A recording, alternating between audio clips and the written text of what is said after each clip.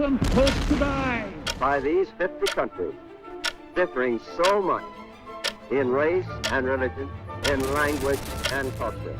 It is a big idea, a new world order. Well, I know they're lying. They tricked me once, but they're not going to trick me twice. The time is now.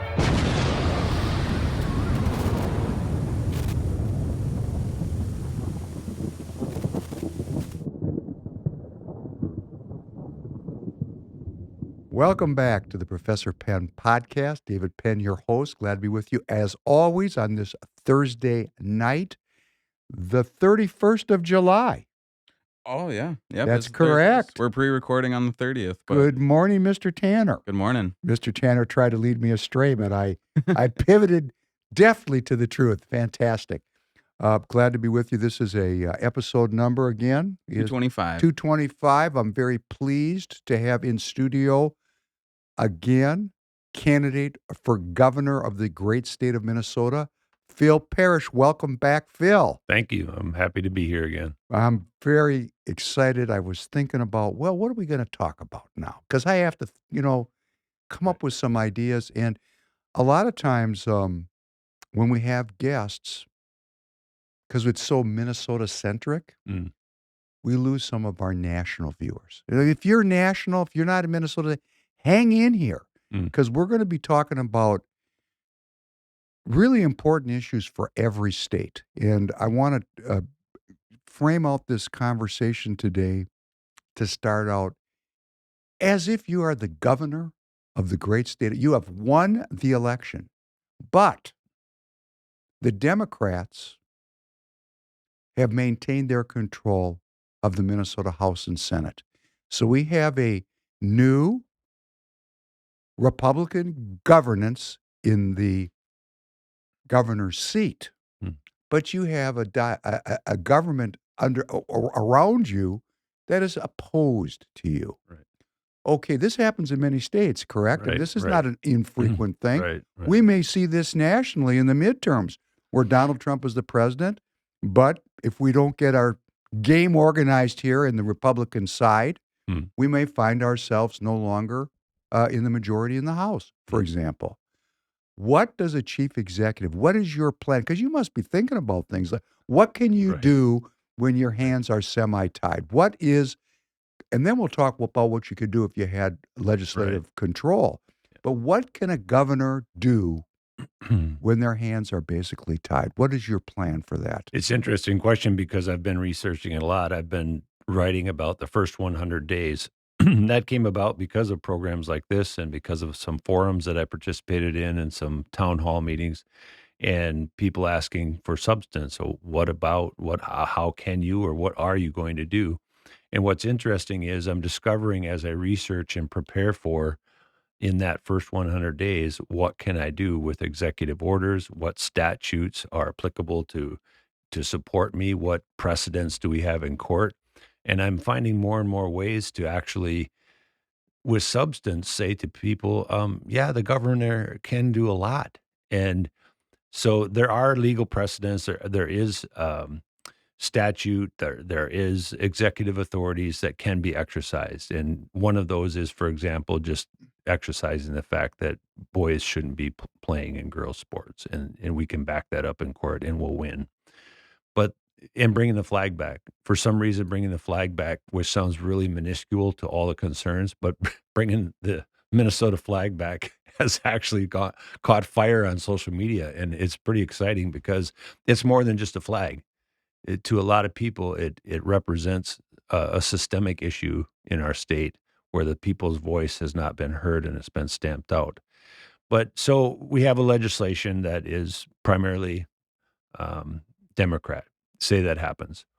What is interesting, I have found in this narrative that I've started with regards to it's not about right and left, it's not about red versus blue, it's about right and wrong. There are Democrats out there that understand that things are wrong. We have bureaucrats who have been in office forever, and then that second level management, and then those who are just trying to get their job done. They can see that something's wrong. It's just out of control. And that group of people I'm counting on, if we were, say we have a controlled by the Democrats, House and Senate. I'm counting on that group of people, knowing that if they had somebody that has their back, they'd speak up a bit and stop following the leader of this national agenda and be more sensitive and open to people in Minnesota. I think that the national agenda has been significantly blunted Mm. by the Trump administration. Yep.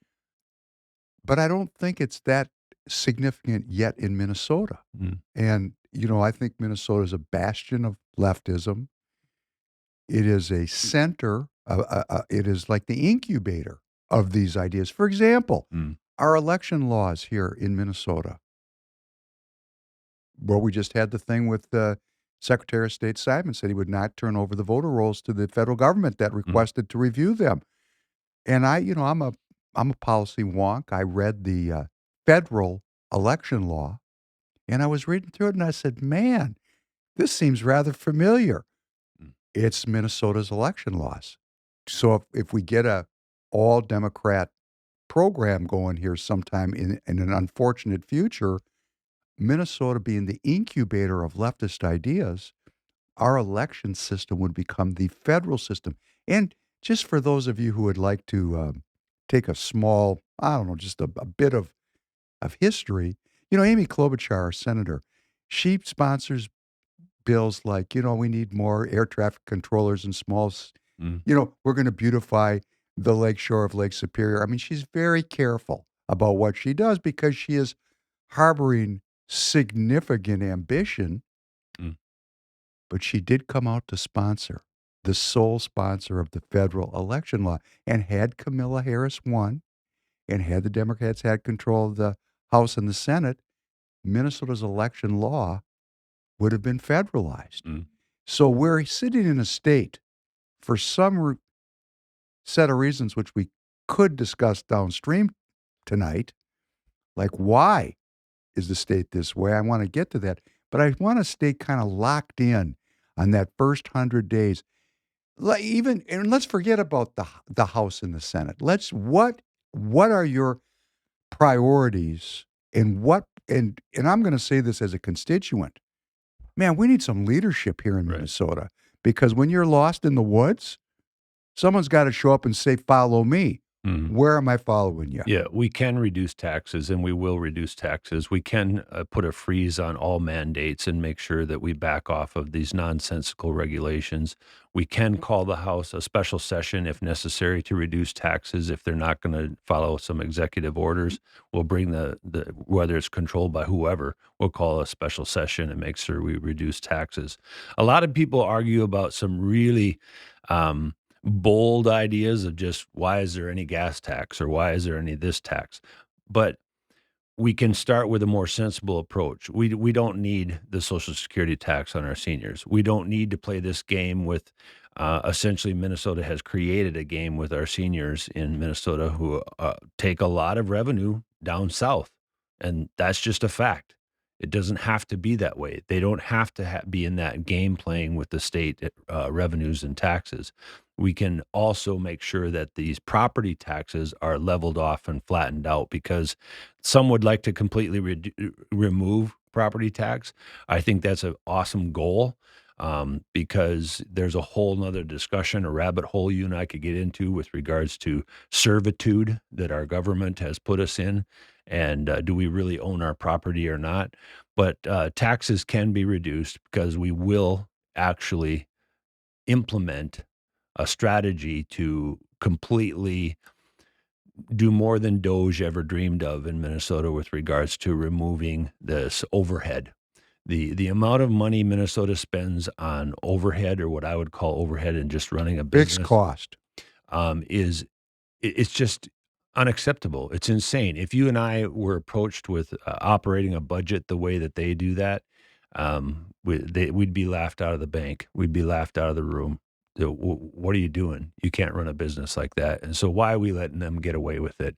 And it is about leadership and setting the tone. It is about just calling people out on simple things like, okay, here's your legislation and there's fee. All right, take it back. Remove the word fee. Every time you've use the word fee, put in tax. Now come back to me with it and read it to me now with the word tax instead of fees. Um, I know that sounds rather simplistic, but that's a very basic way of telling you, knock it off, stop it. You're bleeding people to death with all these different ideas to lie to them about taking their hard-earned money and doing what with it. Hundreds of millions, now we're over billions of dollars of fraud in Minnesota. So it can be done, and it's about conversations and about being honest with people and pulling people aside and saying, whether they're Democrat or Republican, I don't care anymore. I really don't care. I want people to come to the office and say, listen, here's where we're at. This road, that bridge, this public services program, here's the bottom line, and here's how we can make it better. And those kinds of sensible things are things that you learn how to do because of necessity. And for too long, government officials and bureaucrats have gotten this magic idea of magic money that exists on a spreadsheet or a reconciliation statement, and it's so far out of touch with the reality of everyday citizens and running their checkbook. Someone like myself who's had to cope with my own personal budgets, national budgets, military budgets, private organization budget, I can see pretty quickly who's lying to who and who's making up stuff.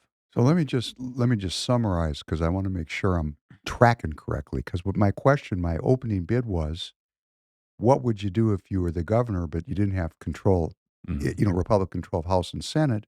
And then I said, well, let's just talk about the first 100 days. And what you said was you're spending a lot of time researching what executive authority you will be able to wield Mhm. in case you don't have legislative support. Obviously, even if you have legislative support, allegedly, doesn't mean that you will, which is a whole other rabbit hole to tumble Yeah. on down.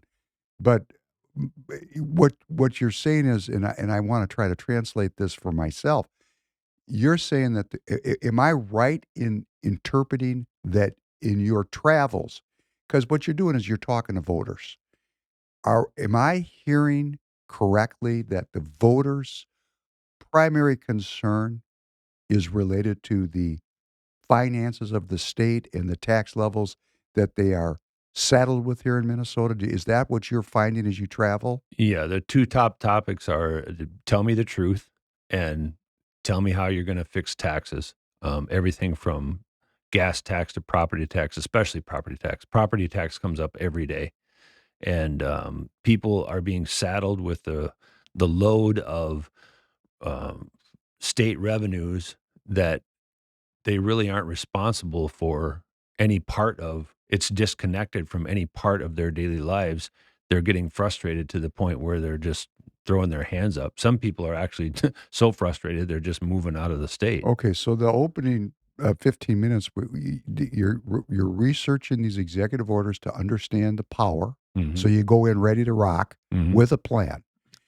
You talked about the gender issue and the males playing and females. That you can just stop that. Right. That's just, and you're saying that that's just not right, not left. It's not red, not blue. It's just a common sense thing Yep. where we have broad bipartisan support Yep. for fixing this because it's an agenda that is widely opposed across the full spectrum of politics. Is that a true statement? Yeah, and it's gonna fall apart on them anyway. The landscape is changing, and it's in tune with the people's needs and what the people are desiring because the financial backing of pushing these agendas is falling apart. People can say whatever they want about where we're at with the national level and agendas and decisions, but the issues that are coming forward, and I see a landscape changing dramatically coming into 2026. Everything from voter rolls to executive authorities to judicial changes. I'm seeing a real evidence on the ground of changes in people's paradigm. And when you take away all that illicit money that's been funding the agendas, like the transgender and the boys in girls sports, when you take all that illicit money away, the agenda falls apart because they're not getting that push on legacy media, and they're not getting that push on paid for activists and paid for legislators. It starts to fall apart when they don't have the money. When you say illicit, illicit, Mhm. could you just be a little more?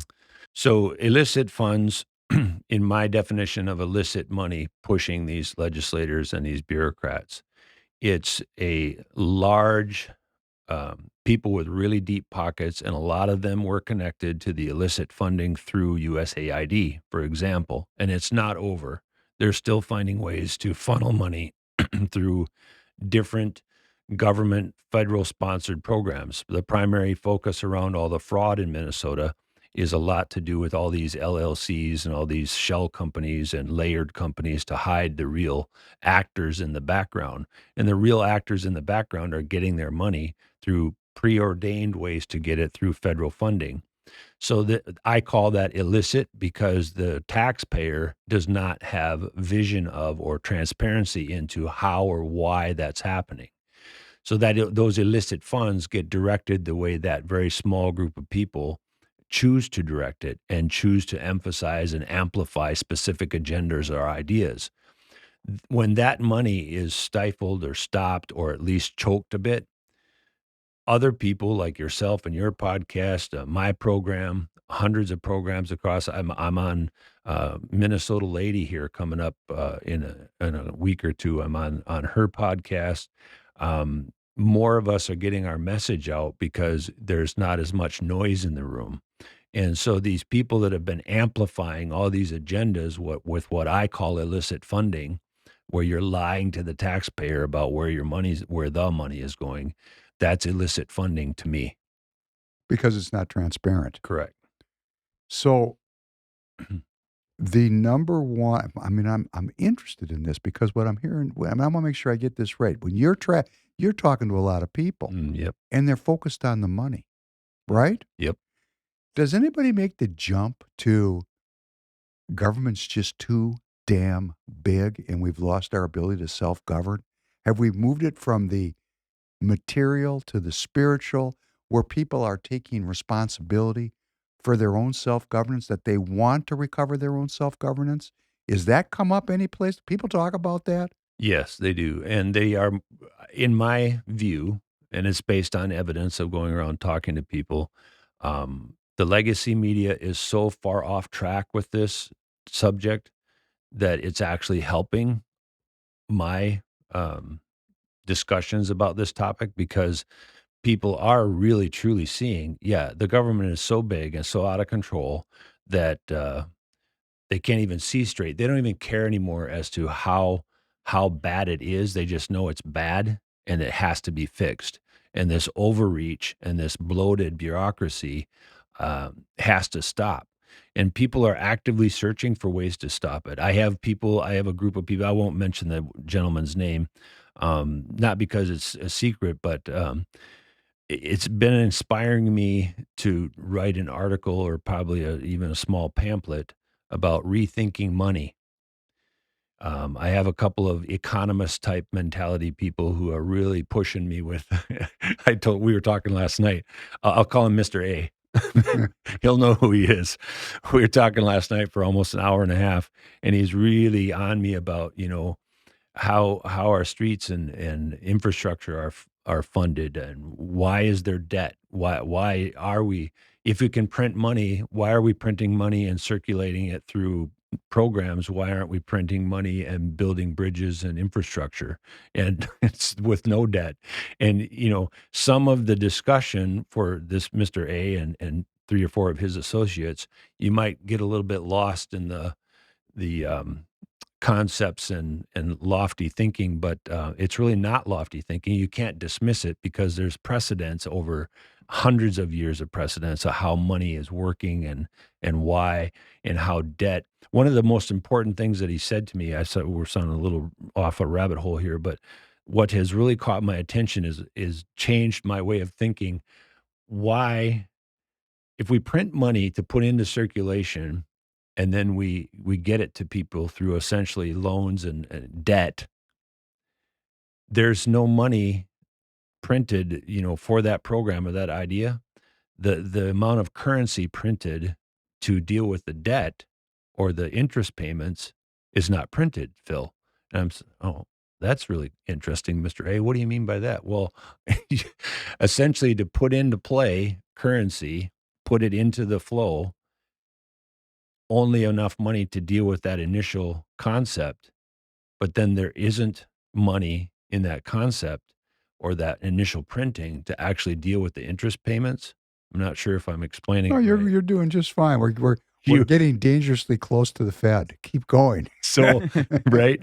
So you have to start thinking about this and say, well, let's break it down into practical terms. Mom and pop are running the farm. We have $10,000 worth of cash flow going in and out, but there is no currency or available currency, even if we had it, to actually repay some kind of interest debt. And when you think about that concept, as silly and simplistic as that may be, you start to unpack a whole list of things from the state and federal government as to why people really are confused and struggling with money, because in some sense, there is a tangible fact that the money's not there in the first place. The money's just not there. It's not in circulation, which then creates a whole list of discussions we can have about, interest rates and how the economy starts to. But here in fall apart. Minnesota, we're supposed to have a balanced budget, correct? Isn't it funny how we have all these laws and regulations that everybody wants to say do this and do that, but yet they can't follow their own regulations? You know, here on the podcast, and I know you watch sometimes, and thank you for doing it. You know, I'm interested in politics, but I'm more interested in culture because the politics is really just a barometer of where the culture is at. And when I ask this question, are people interested in self-governance? You know, we've got this Leviathan government in Minnesota and in the country. It's supposed to deliver services. Mm-hmm. Okay, let's say it's delivering services. Let's say it is. Okay, well, then we can have a pretty good conversation about, like, you have a farm and I'm buying, organic beef from your farm. That's pretty good service. I want to pay you for that. But when the services start to decline and the cost of running the business keeps going up, then you have to say to yourself, wow, something's not working here. I went to have my driver's license renewed. Mm-hmm. And I'm not picking on the Minnetonka, the Ridgedale Service Center. I mean, it was nice. People were good. I was sitting there waiting. You know how I felt? I had the exact same feeling in that room that I do when I go to the doctor's office. I was just in the DMV yesterday, exact same one, and they told me an hour and a half to get tabs, and I walked my happy ass out. I was like, I'm not waiting that long. It does not take that long. Like, how are we running this? Well, the Real ID, I had to go get a Real ID. I had to get my driver. It's not, they don't have enough people. Mm-hmm. They had in the paper today, there's only 24 people processing Real ID applications, and you can't get them for 90 days. Right. And I got to fly at the end of August. And, I'm thinking to myself, this is not very well thought through. No. And, okay, so I think Donald Trump is now starting to show at a federal level, and I can say this because I'm involved in international trade and I do understand finance, international finance. I've been doing it since 87. And I read all these different pundits and how they look at the tariffs and this, that, thus, and so. And I just say to myself, okay, you're evidencing to me a profound lack of experience in this area. Because what he's doing is he's just looking at the government and as the country, as a business, and he's looking at the balance sheet and he's going, wow, we got outgo and no income. I can change that. And he's changing it. Mm-hmm. But that doesn't deal with the spending issue. Right. But he is dealing with the revenue issue. Right. One could make the case that that's not that helpful. Right. Because it's tariffs are a tax on the people. But when you're going broke, the first thing you want to do is plug the hole. What's that saying? The fastest, what is that about digging a hole? The fastest way to get out of a hole is quit digging it deeper. Yeah. Right. So we've digging. been quit digging, right? So, he's dealing with the first problem that comes up. Well, how does that transfer into the state? Yeah. So that's actually, there's a lot of threads there that are connected. And I do believe Donald Trump does have a grasp on all the different pieces of this puzzle. He really does play chess. and he's using the tariffs for leverage. And the people who are missing that point economically, and economists that miss the point of using leverage and getting deals with, he is a master at making deals. He is a master at playing chess. But he's changing the culture. Eh, He's changing the culture of our then- national politics. So right? then back to Minnesota, one of the things that I've been successful at in several of the businesses that have hired me to come and fix where we're at. The first big business that I actually helped fix, when they hired me, I'll call him Mr. B. I'll just say him Brent. Brent, if you're out there, Brent, God bless you, man. Hey, Brent. Yeah. Nice to meet you. He brings me aboard. One of the first things he said was, Phil, keep me out of jail. Well, that's a pretty odd thing to say right after an interview. Keep me out of jail. So anyway, so you have this, where an organization's at and where it needs to be. You can come in with all guns loaded and appear to get a lot done and end up nowhere and back in the same shape. Or you can take what is working well, and then try to move the organization, keeping that continuity in what's working well in place while you actually fix the real problem. And the real problem is Minnesota, for example, is with the Real ID. They have a culture of farming out so much work and farming out so much stuff to PACs and industries and LLCs, to other people that are the gurus and the persons that can fix this. The NGO world. They farm it out to all these different people and organizations, and repeatedly those organizations disappoint or fail or end up being fraudulent. And that's part of why we're in this cultural issue of farming things out to NGOs that are simply fraudulent. They have no intention of actually fixing the issue.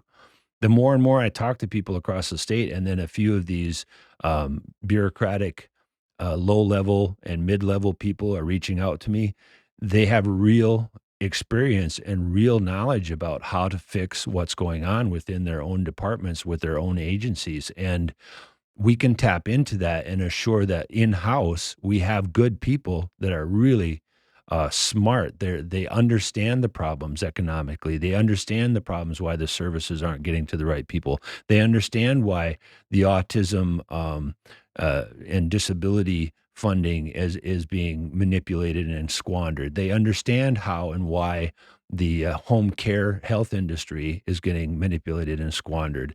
And these good mid-level to entry-level people that are smart enough to see this right away, they just need somebody to support them and back them up and give them a way forward. And we have the answers right here in Minnesota, and there's a lot of hope across the state with these people that are reaching out to me.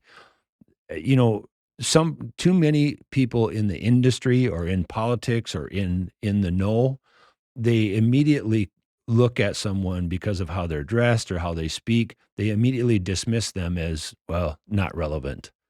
You just don't know what you're talking about. But if you stop and you listen to these people, they know exactly what's going on. The housing industry fraud stuff, there's a lot of mid-level people there that know exactly what's wrong. I was up in Little Falls, and the county commissioner, the only one that was at the meeting, he was going into some depth about SNAP and Medicaid and stuff.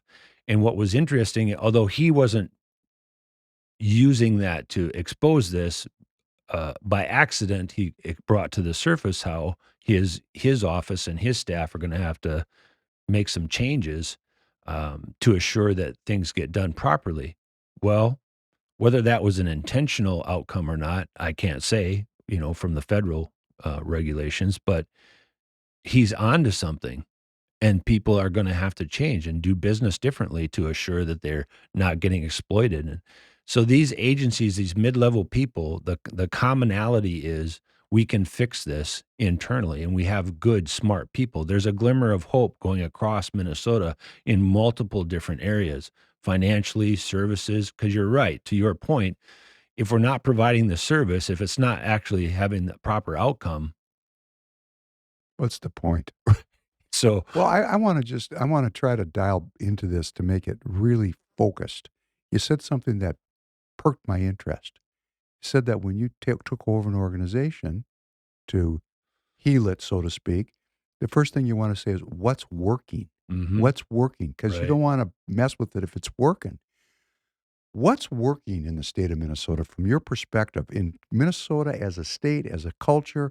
But let's start with government. In government in Minnesota, what actually is, from your perspective, effective, that's really worth funding and is doing the job it's intended to do? It's a great question, and it is a hard thread to pull on. So, although this might sound a little abstract, but the one thing that is working in taking advantage of Minnesotans, we are a generous, good-hearted, hardworking bunch. We really are.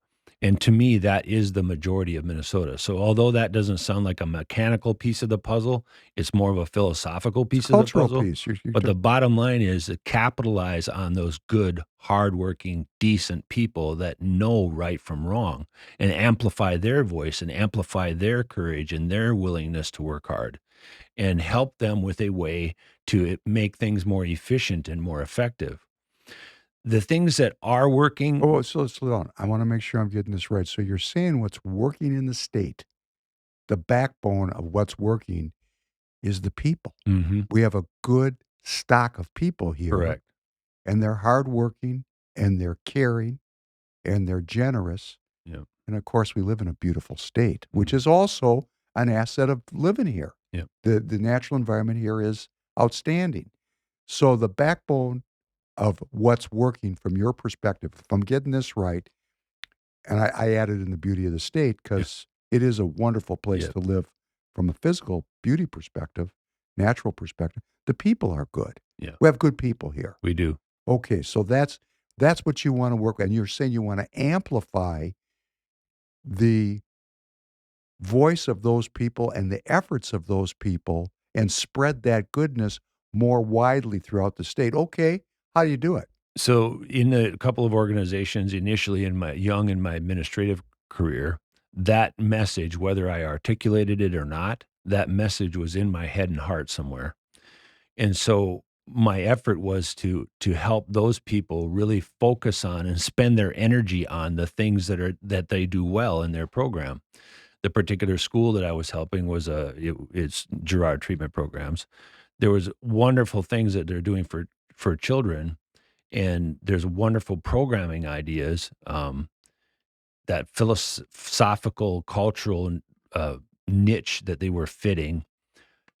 We can't lose that, and the dozens of people that were actually part of that thread or that fabric, I knew we couldn't lose them.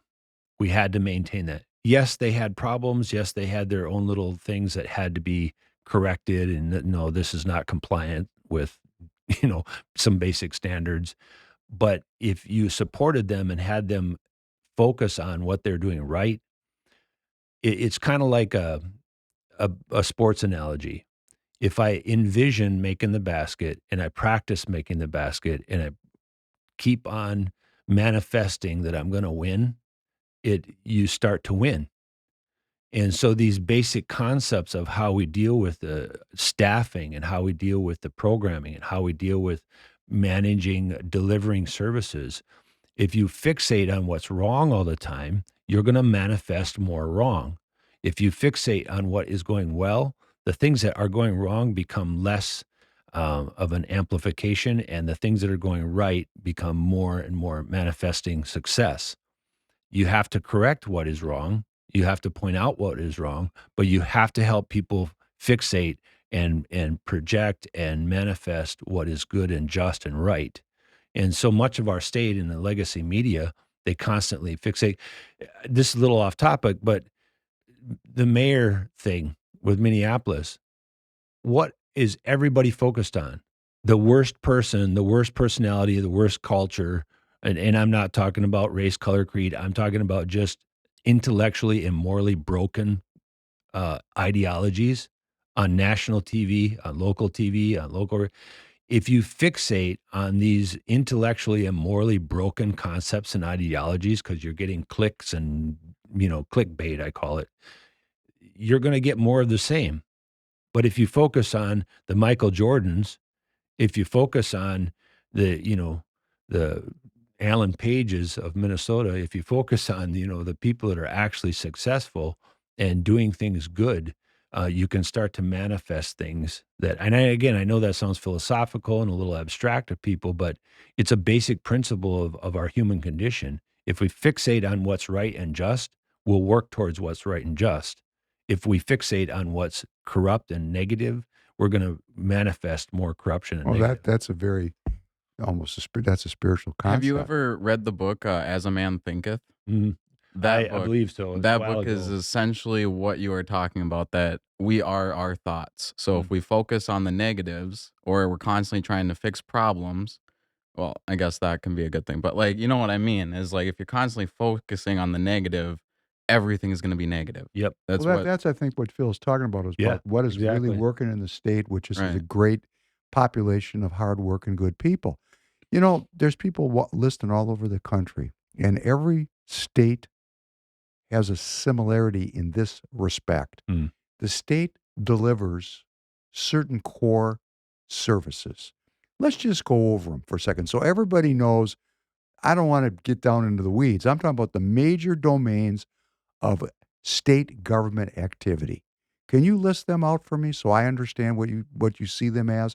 It's budget. I mean, it's in the budget, but I mean that budget Ye reflects those eh, governing priorities. What do you think they are? Or well, what are they to you? it could sound a little biased, but all I really care about as a father, as a farmer, as an administrator, as a people trying to help my community, all I really care about from the state level is help me with our roads, help me with our infrastructure, help us with some basic decency in medical access to Okay, so medical. we got infrastructure, health and human services, right? Medical. Anything else you want to add to the mix? And there is a national security issue, whether people want to face it or not. Um, Law enforcement and national security, local security is a big deal, and too many people want to ignore that we have a percentage, a small percentage of people among us who really are ill-intended and they are trying to cause harm. So security is a big deal, whether it's local and or national. Okay, so the security piece, the medical piece, and then the infrastructure piece. Education in there also? Education, the money should follow the child, and we have a lot of wonderful people out there with amazing ideas that do really good stuff with kids. And if we just get over ourselves in this national education agenda and this centralized power agenda and let people thrive and just more of an open market concept, people would really learn quickly what is successful in education and what is not. Well, let's take these four domains. I want to start with the one I suspect you have a great deal of insight into.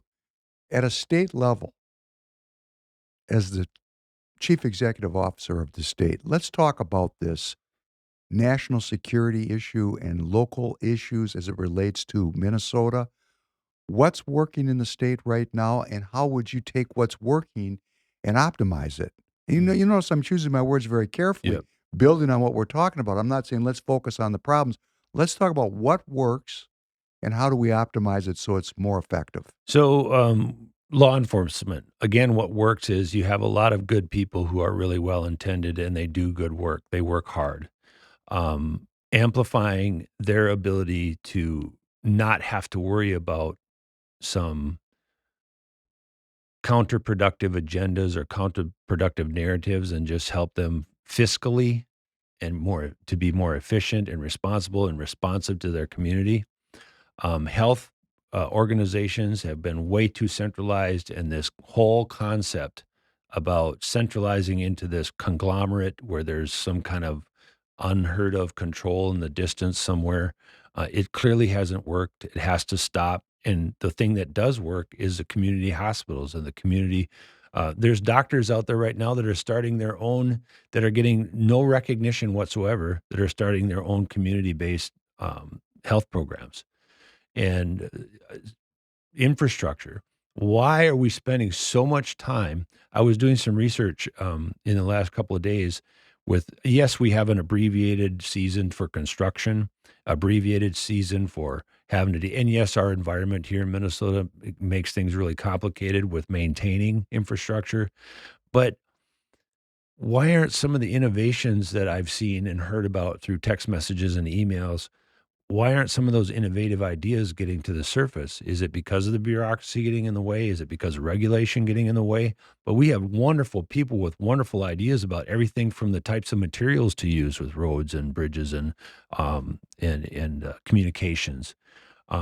What somebody needs to put their ego aside with regards to communications of broadband. Why aren't they using Starlink?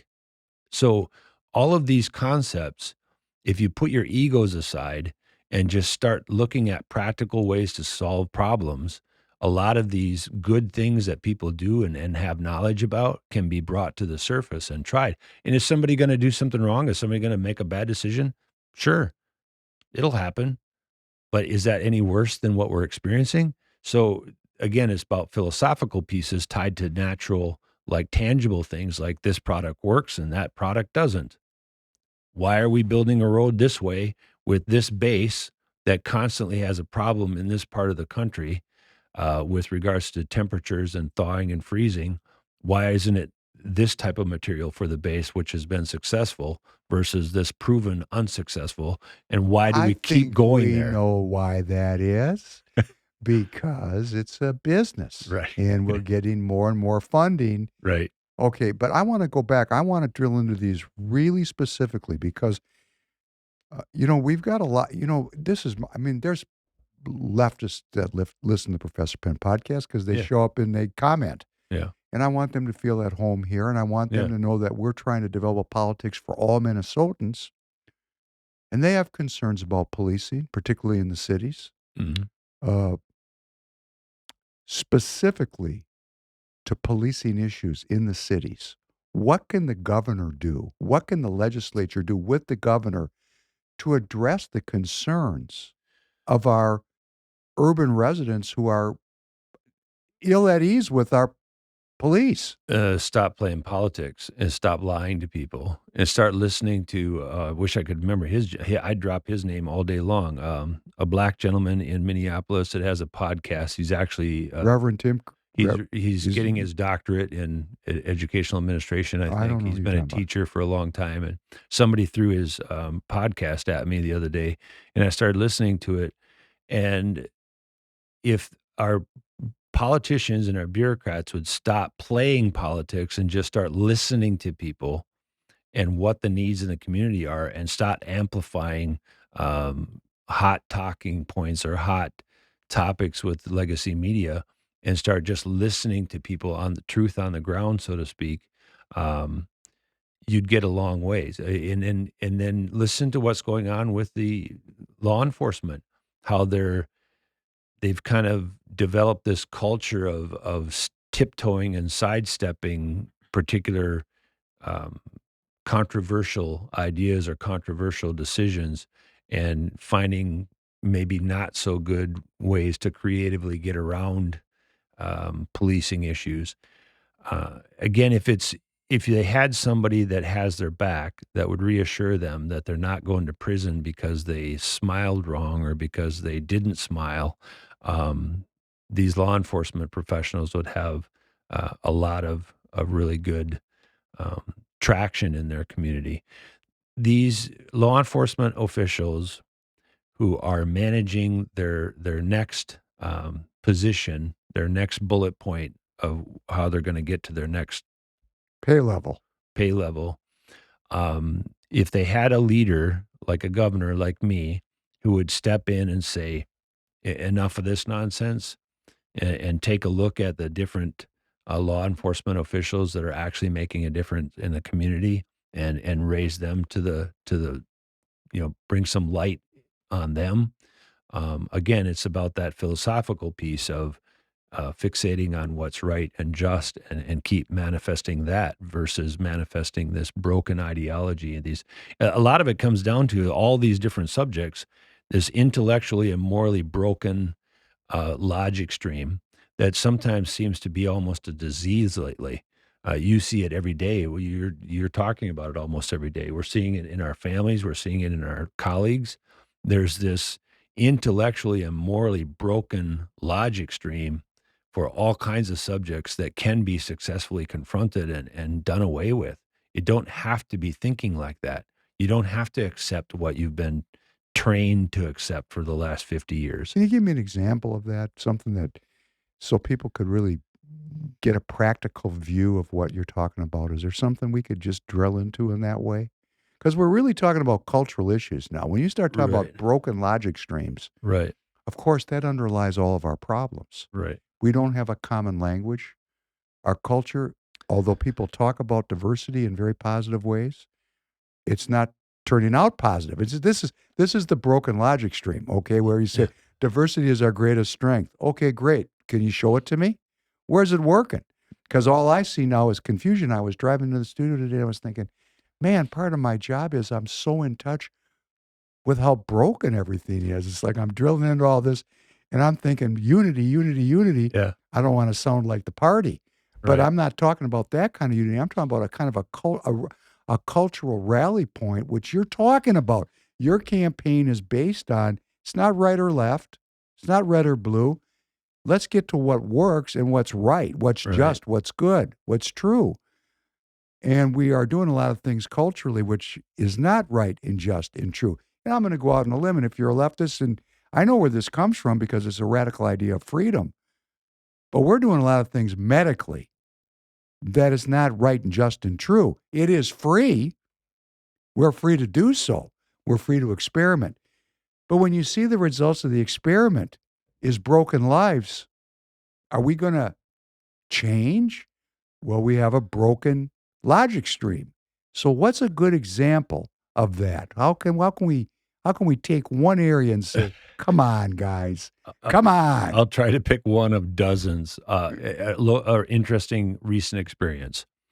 A gentleman, in which I won't name names because it's not about that, but a gentleman and his family have moved to the community that I am an administrator in. They moved away from a community that was, in their view, probably not meeting their needs and falling apart. This family of seven, husband and wife and children, this family of seven has, because of our social programs and our state and federal programming, have found themselves in this home. Now they own this home, and essentially, in an upside of throwing money at people, this family has chosen to actually try to do something with that opportunity.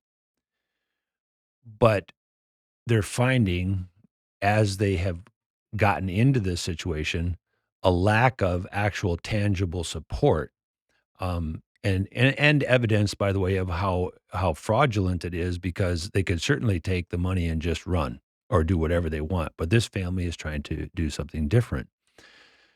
The broken and intellectually and morally broken concepts that are leading to that is partly connected to all areas of concerns.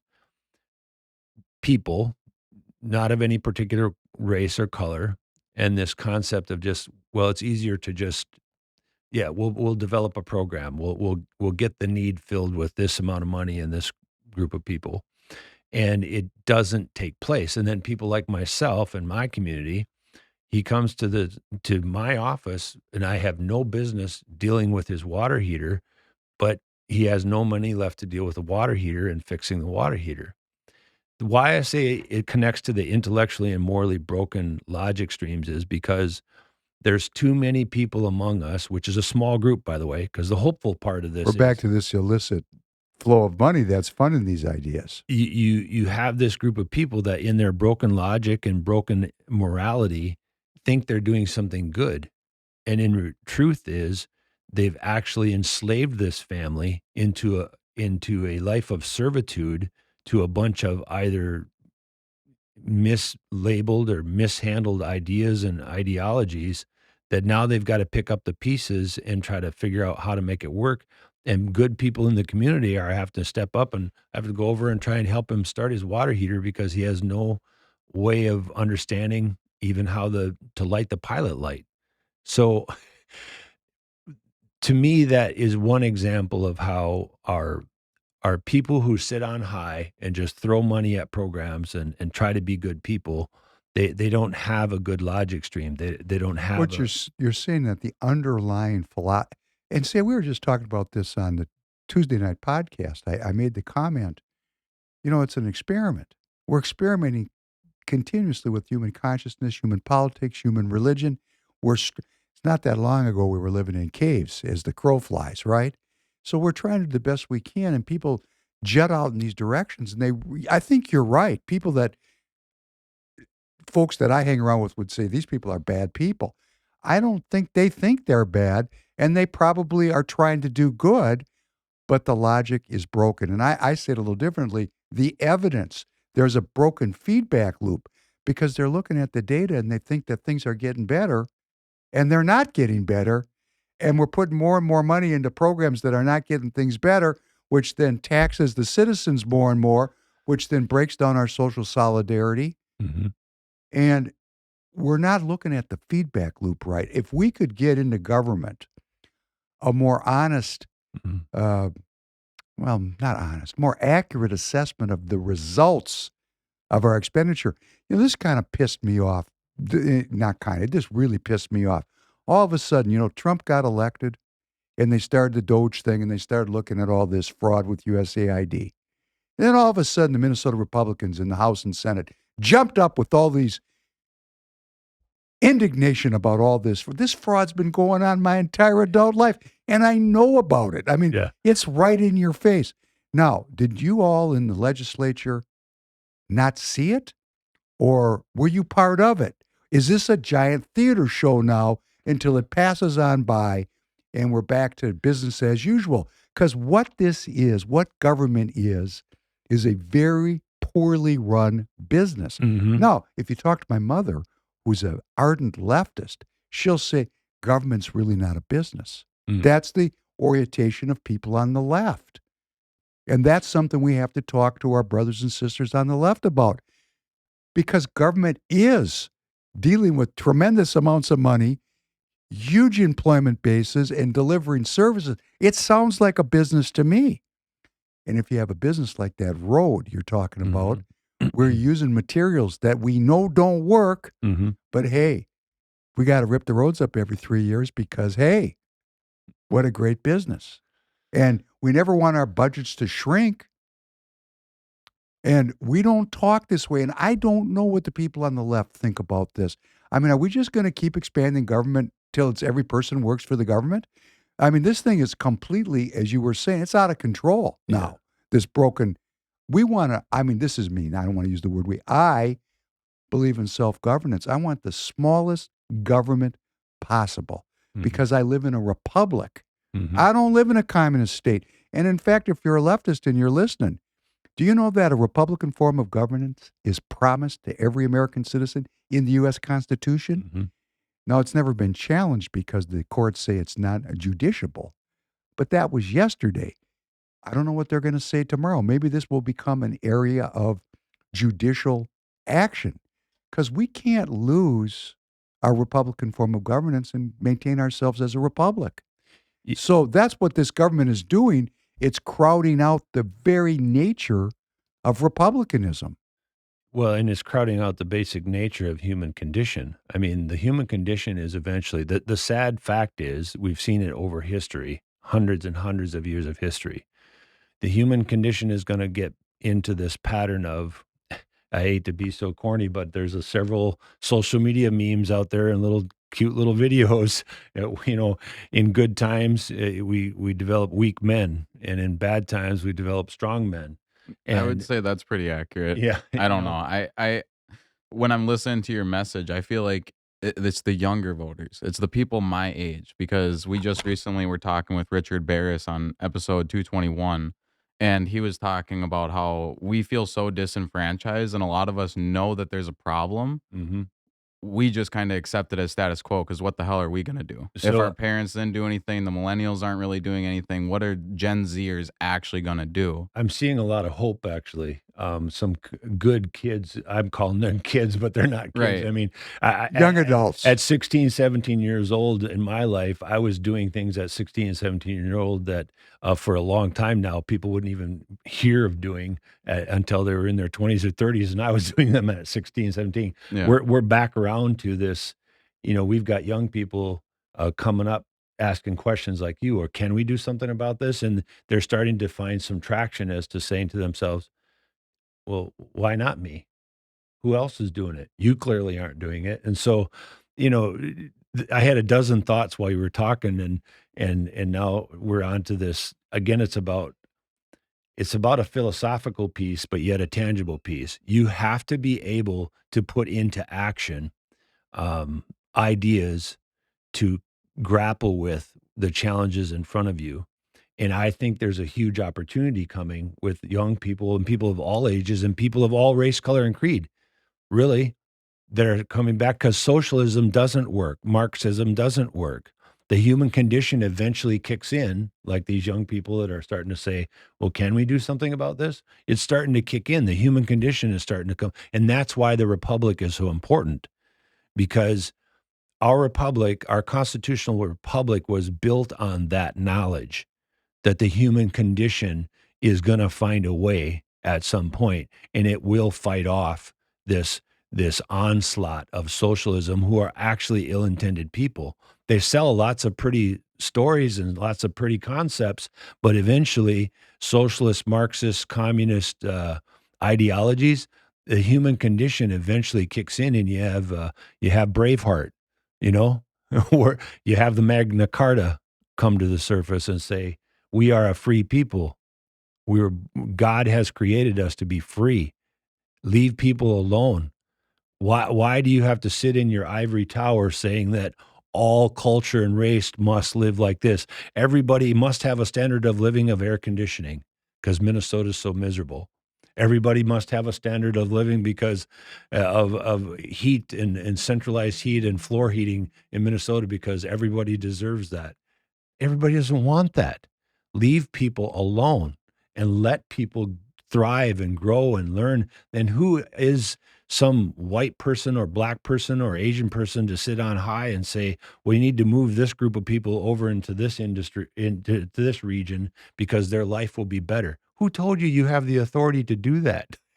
Leave people alone. Our constitutional republic depends on, and is going to find its way back to the mainstream thinking, because the human condition is kicking in. See, I really like this part of your dialogue, because the chief executive, I mean, you have to govern, right? So you're really just a president of a corporation in kind of a way, but you set the tone for the whole workforce and for all the people that are. So when you're the governor, and what do we really have? We don't have. This is why I'm starting to think politically, because I'm so good at this myself. I know I'm good at it. I don't know that I'd be that good at governing, because I'm not a detail guy, but the philosophical part, I need our leadership. I want, as a constituent, my leaders to start to re-educate the population on what the framers gave us and what we're giving up. Because clearly in Minnesota, we've moved away from a Republican form of governance and we've moved to a socialist form of governance. Right. It's still, what's interesting is it's still working, because the state is so wealthy. There's so many good people, so many hardworking people, but people keep moving away. Like for me, I would be a perfect candidate to move away. Right. I won't leave, because to me, I would be running away from my responsibility.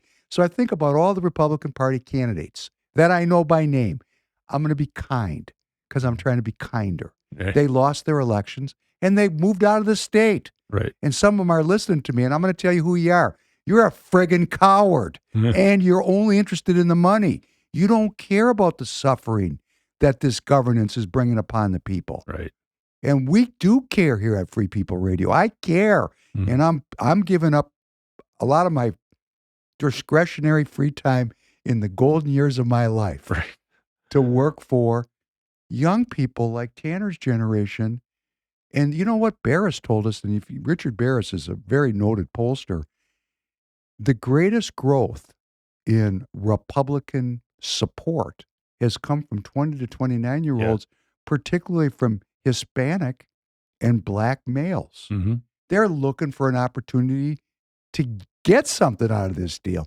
They don't want to accept that Marx is the same as everybody else. They're creative. They want to be different because, as you said, that's the human condition. Yeah. And I just want to say before I turn it back over to you, the human condition includes some very stark realities, like we're going to die. Right. Get over it. Right. Because I'm not getting out of this alive. Right. And I've made a decision. I don't want the medical system to parasitize my death for $300 or $400 and then have Tanner paying for it. Right. I don't want to do that. Well, that's kind of an unusual idea. But when more and more of us older people say, come on now, an extra 6 months for $500,000? Mhm. Yeah, I don't think so. Screw off. Right. Now the system starts to repair itself because of self-governance, to be able to accept the human condition, that there are differences. Man, I got Royce working here with me in the studio, and he's 33 years old, and he can get up in the morning and fight. I mean, I get up in the morning, I just want my back to quit hurting. There's differences between people, right? I mean, it's like, okay, but I have my strengths and my weaknesses. You have yours. Why are we so interested in socializing everybody's weakness? Right. Because when we do that, we eliminate everybody's strength at the same time. But nobody talks to it. I would like our leadership, our leaders, our candidates to inspire the young people about what this is all supposed to be about. Because I think we forgot. I hope somebody really rewinds what you just said about when you focus on all those weaknesses, you actually remove the strengths. I hope somebody really catches the depth. That's a clip. because so back to the human condition. There is a lot of hope. There's a lot of hope going on with Tanner's age group and lots of good people across the state who the human condition is kicking in, and just out of survival, it's starting to motivate and inspire logic streams and ideas and innovation that are making a difference and are going to come back to the surface. And our republic is built to sustain the downtimes, in my opinion, and then thrive again when that human condition starts to kick into gear again. And I believe it's kicking into gear. And we have a lot of people that are just going to need a little bit of encouragement to utilize that newfound energy and newfound logic stream of making things a little bit more practical and sensible. And to your point, if we just look at life as a tragedy and constantly, we're going to die, and then try to avoid that or not grapple with it or create all kinds of crazy ideas to deal with it, and it puts a burden on other people. That again, the human condition is eventually going to take over, and people like what you're saying is, I don't want to cause that problem with the young people that are going to have to take care of me. We have too many people who for too long have had the opportunity to develop nice little packaged ideas to deal with the sadness of life. And you can apply that to every portion of our government where these people, I call them the good fairy dust people. But they're well-intentioned. Well-intended. Or at least they think they think were. they are.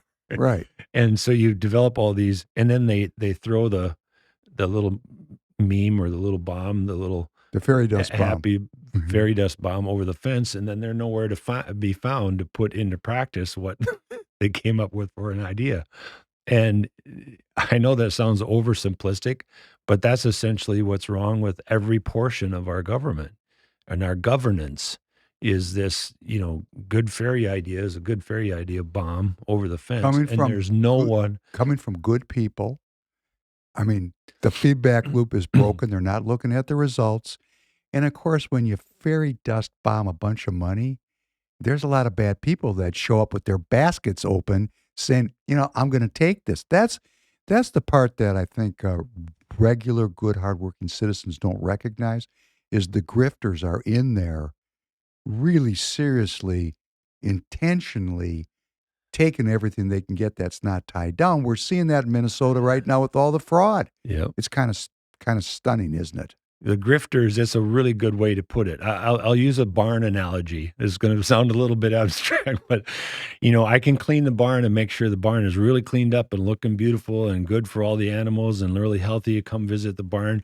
But all I did was put the manure just outside the door. Well, all those parasites, all those grifters are still right outside the door in the manure pile. I didn't actually fix the problem. And Just moved it out I of just view. moved it out of view. That's great. And I know that sounds a little bit silly, but it's the simple truth that the grifters the people that really need the support, the people that are engaged to get the support to people, they get kind of cleaned up and looked fancy and stuff. But the grifters that are waiting on the sidelines, In the NGOs with this illicit funding, with this illicit whole system of intermediaries between governance, which is money, because government takes money away from one group of people and gives it to another, and the government has outsourced a lot of this to this entire industry. There's over 30,000 NGOs in Minnesota. Over Yep. 30,000. One little state. It's crazy. I'm going to build on something because I think this is really important what you said about the roads. Now, if you live in the Twin Cities, I've been saying this for decades. I almost feel like they're mean about it. Like, I mean, the way they do the road work, they make sure that your life is hell, particularly if you live in the western suburbs, which is a little bit more red than other areas. But you brought up something very beautiful, that we have better technologies, Mhm. yet they're not being implemented.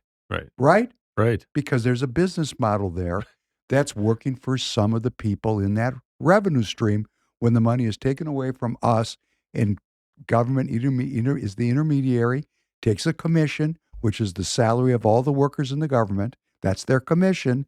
And they take the money from me and they give it to the road builder, who then builds a road, which is going to become it's going to need to be repaired. They know exactly when. It's on a schedule when they build the road. Right. And in fact, in my neighborhood, they're tearing up roads that seem to me to be A-okay. Right. Like, why are you doing this? Okay, so that's all part of government.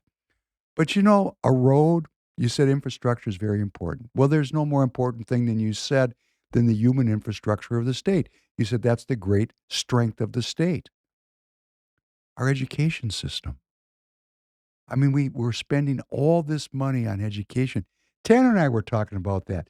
He said that everybody should be taught how to make a fire. Wasn't it fire? Yeah, build a fire. Build I think a fire. That's an essential Yeah. life skill. The essential life skills, you grew up on the farm, Mhm. correct? Yep. So you have a lot of those skills, I assume taught to you by relatives. Mhm. It's part of the agriculture, Mhm. Yep. not agribusiness, agriculture. Mm. So you have a lot of self-governance skills such that when a guy comes and he goes, man, you go, have you looked at the pilot light? And you actually have to go over and show him how to light a pilot light on his water heater, because maybe that was the only problem with the water heater. Yeah. He didn't know that, right? Right. Well, our educational system, you're the governor of the state. What could we teach our young people that would strengthen the state immeasurably that is not currently part of the curriculum? Yeah. So the learning styles and inspiring children to develop skills is there's a lot of good, healthy people out there that are really fixating on developing skill-based learning.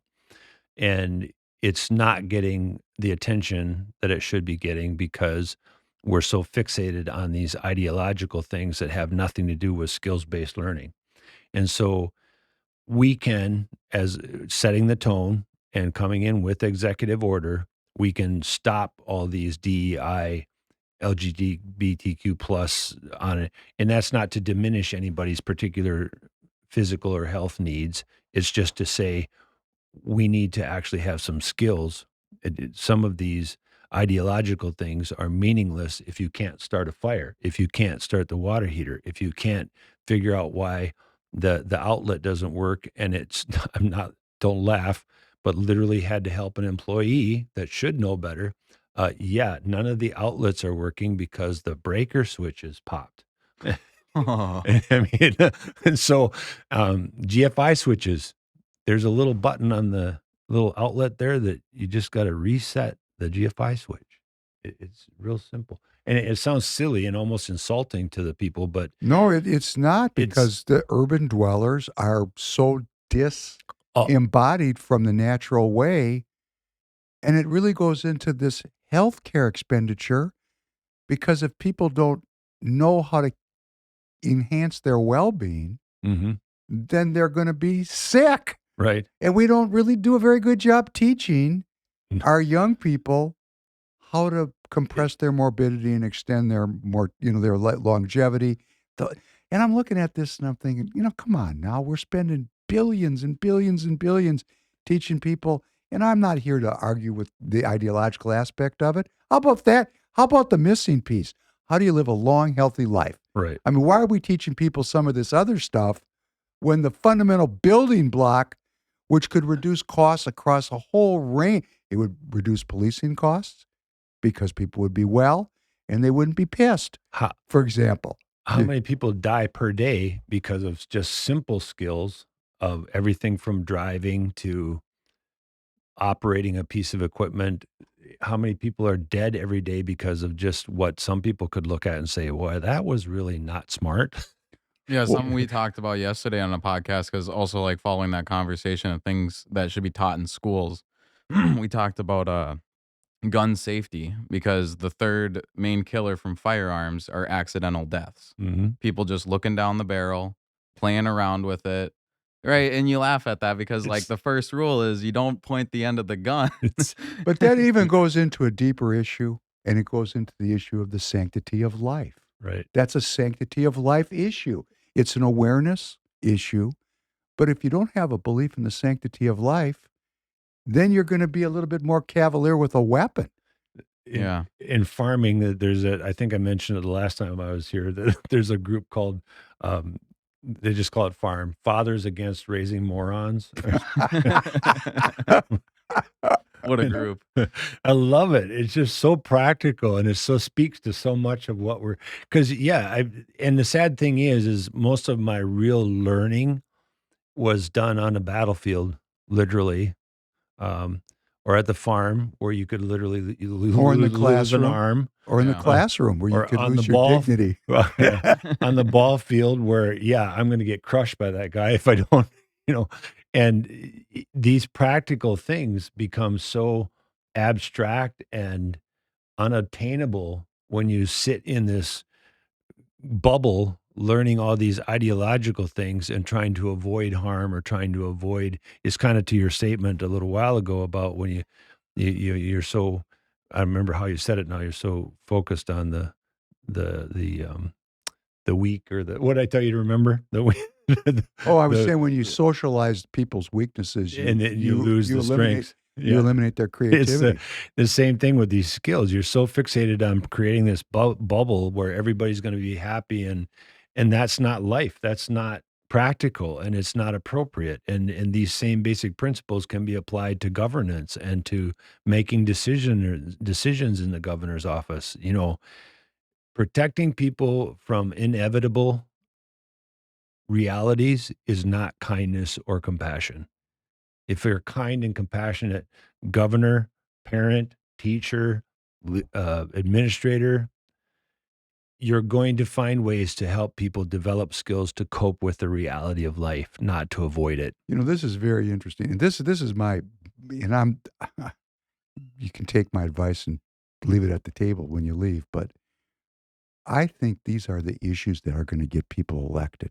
I think that talking about taxes or policing or DEI, getting down in the weeds with all this stuff, that's the way it's been my entire life. We've been arguing about taxes since I was my first vote. But nobody's talking about, and this is why I'm saying this. You said it's not appropriate for the government to try to bastion people against the reality of life.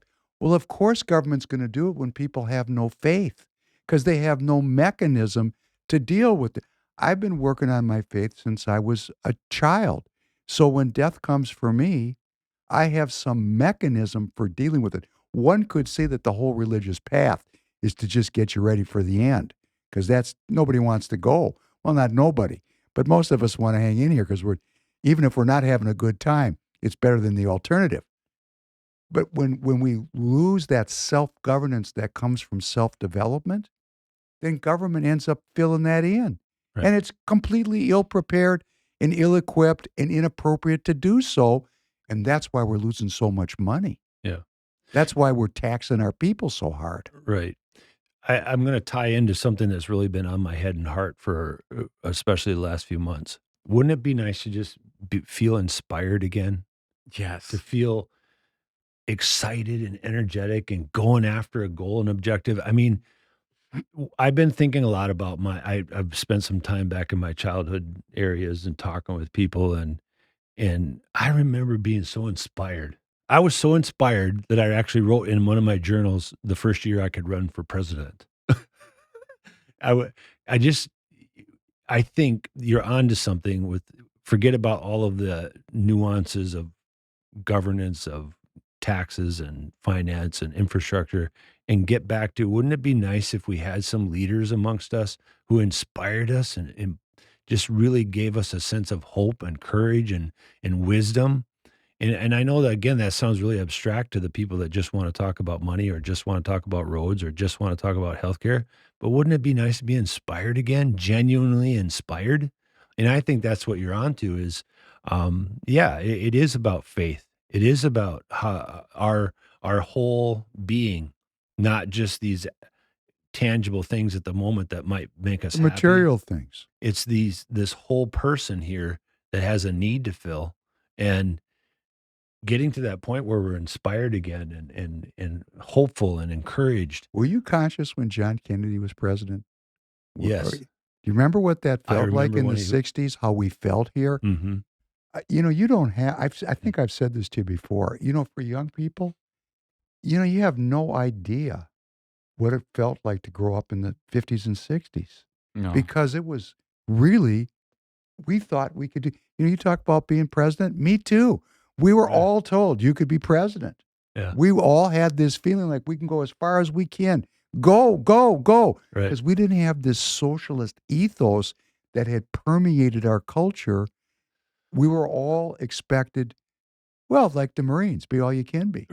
Right. Yeah. Let's go for it. We had a great bunch of teachers and families in our community, West Concord, Minnesota, where I was just talking to a friend, Coach Gunnis, his daughter, Kaya. Kaya and I have had this long relationship. And sorry.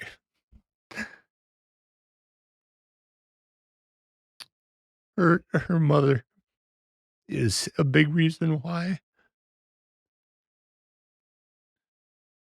that thing burns in me. I'll call it sorry. No, you're No, good. it's okay, You're man. good. Take your time. I've never seen you be emotional. I've known you for a long time. So just Yeah. tell the story. So I developed something I call the lifeguard theory. And it's because of Mrs. Gunnis. Phil, you're not a lifeguard if you're dead. And so getting that training to be a lifeguard and to be a swimming instructor, I internalized that. I think, I'm out here. I want to help people. I want to help people survive. And if I can do something to save one life, I'm going to do it. But she could see my enthusiasm and she could see where it could go wrong. And she said, Phil, you're not a lifeguard if you're dead. And that stuck with me. And that basic principle, as simple as it might sound, is very complex because if we are to survive, if we don't understand our limitations, what we can do and can't do, and how actually providing assistance could end up with multiple deaths versus saving someone. So if I go to save someone that I believe is the right choice to save, but that winds up with everyone dead, how was I a lifeguard? I think the viewers, and maybe you don't, do you know this, Tanner, that when you go to save somebody in the water, they'll drown you? Yeah. I mean, so that you when you get that kind of training, you have to understand that they'll take you down with them Yeah. unintentionally because they've kind of lost conscious.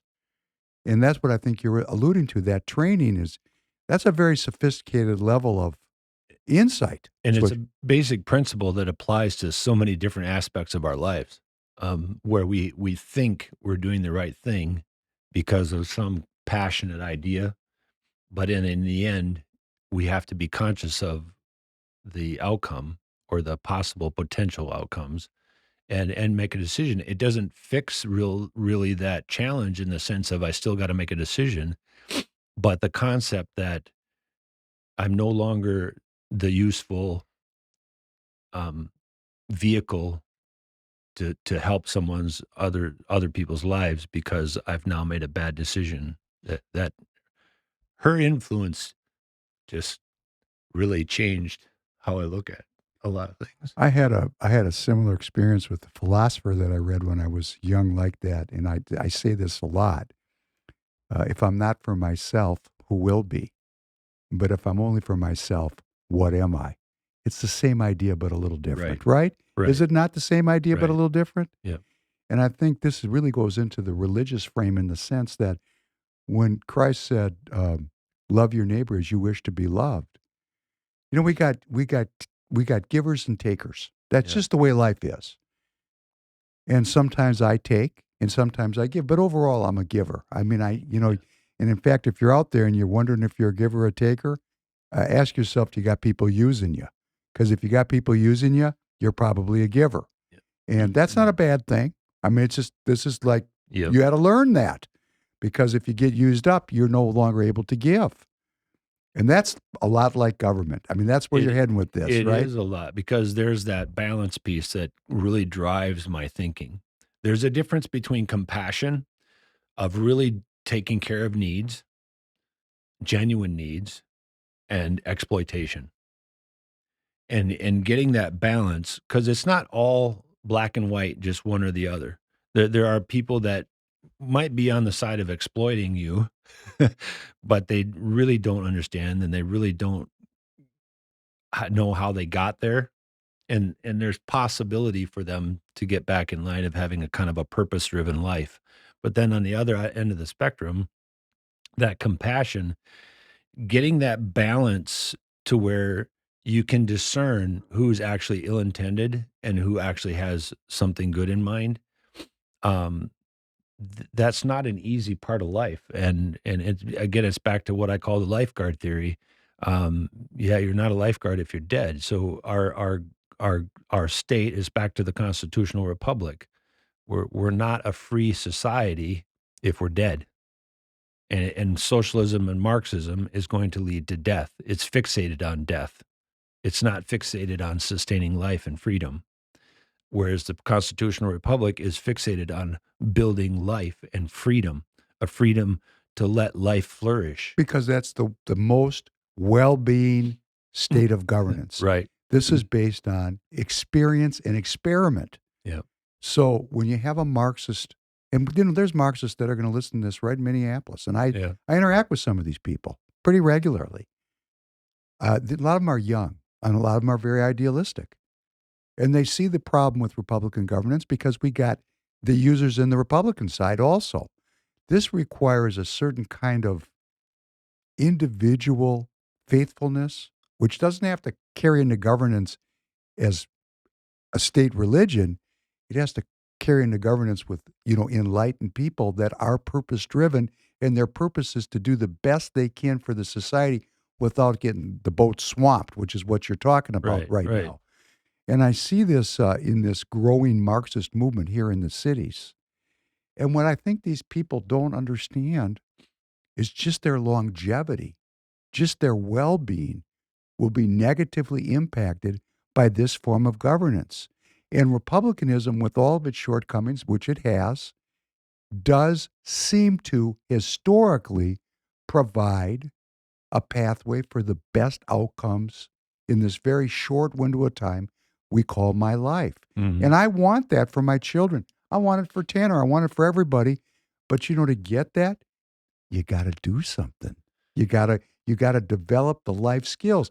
What did you call that organization? Farmers Against Raising Morons? Fathers Against Raising Morons. We don't want to have a society of morons. Right. We want to have a society of purpose-driven. And but this is my feeling about it, why republicanism is in league in our state.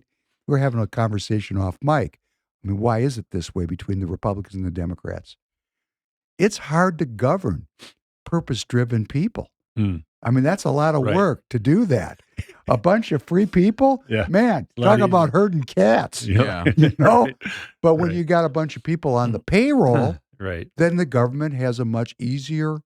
And why would you want to be a leftist and be controlled? Why? Right. What? But there seems to be a psychology of people that are willing to accept that, and that's just not part of the culture you and I grew up in. Yeah. And again, I think the hopefulness is what I'm seeing out talking with people and interacting on social media, that human condition is kicking in where they're recognizing the problem with it. And it's going to feel like I'm not, or just making false data points, but it's going to feel like that because you're getting false data points from legacy media.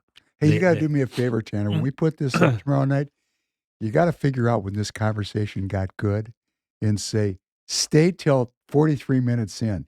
Because we were pissing around with a bunch of policy stuff. And man, when we locked in, we got to some good stuff. And I think what triggered it is, I think you can be an inspirational speaker and leader. Yeah. And I really don't care. I mean, no, I do care. I don't even think, Phil. I want you to know me personally. You inspire me. Thank Like you. it's something, I hope you don't see it as a weakness for you to shed some tears on this podcast. It shows me that you're human. Yeah. One of the best verses in the Bible, I can't remember, you remember it. Jesus wept. Yeah. And that's what I always think of. So it was, I'm really happy to see how emotionally moved you actually are. Oh, he didn't expect it. That was not acting. I get around these political people and they act like this and I get pissed about it. But you were like totally live life with that, which was cool, man. It shows me that you actually care. And that's what's inspiring, because a lot of my cohort, we see double faces. That's what we see. Two faces. Yeah. Sorry. No, I appreciate that a lot. Thank you. I'm inspired to kind of share a little bit of the story that I wrote about some time ago now. I'll try to find it and I'll try to bring it back to the top. But I wrote a story about being a father and talking about caring. I spent so much. We have 6 children between the two of us because of life tragedies, and somehow the Holy Spirit found a way for Vicky and I to be together. But being a parent, I didn't want my children to go through. So it's the socialist Marxist. I don't want my children to ever have to live like I lived. I spent decades believing in my head and heart, I don't want them to have to live like I had to live. And then I got to this midpoint in life where the kids are all kind of up and growing and doing their own thing. And I thought, the two of the children kind of got the worst of me, so to speak. Because those were the practice kids. Even though I was maybe well-intended, kind of like a socialist Marxist, I might have had well-intended ideas, but I didn't give them a lot of practical skills. I didn't focus on the right points. I was out of balance. The youngest one has had the benefit of, this poem that I wrote about for my children that, I used to think that I don't want you to go through this, but now I know, I'm abbreviating it, but now I know it was my job to help you prepare with skills and ideas to deal with and cope with life, not avoid it. And so all of that principle comes from, I'm nearly 60 now, comes from just literally lifelong facing the truth and being humble enough to admit I was a screwed up mess at times. I've never had it right at times, but there's other times where I did have it right, and I should have been more courageous. I should have been more determined. And it kind of comes back to a sports analogy. If you see that ball going in the hoop and you're focused on success, you're going to get there. But if you just focus on, I'm a bad dad, or I'm a bad this, or a bad that, or I failed at this, or I failed at that, that's what I'm going to manifest.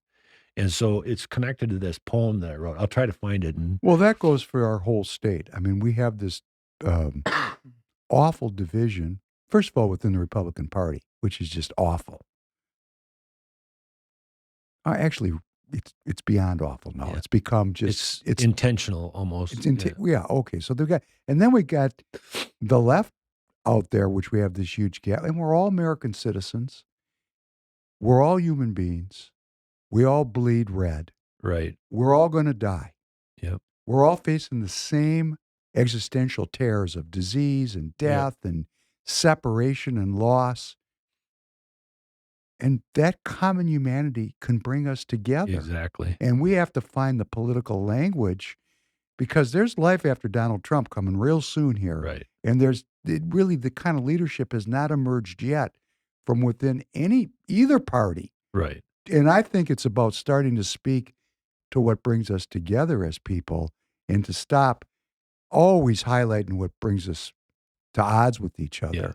Yeah. And what would bring us together, for example, is educating our children, not to get jobs in finance, but to live a long, healthy life, to be able to cope with these challenges in life. Yeah. I would be totally great with paying teachers a lot more money if the curriculum would be changed with a feedback loop. And we're going to start people. What do you call that?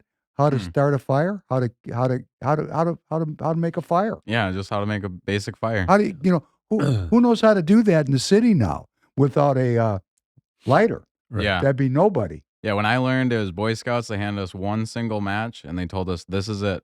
If you don't get it lit, you're trying again next week maybe. And we'll see if you can get the badge. And then I'm thinking, as he says, Boy Scouts, that's another institution that's been besmirched by the general degradation and corruption of all of our critical institutions, which then makes people not want to participate.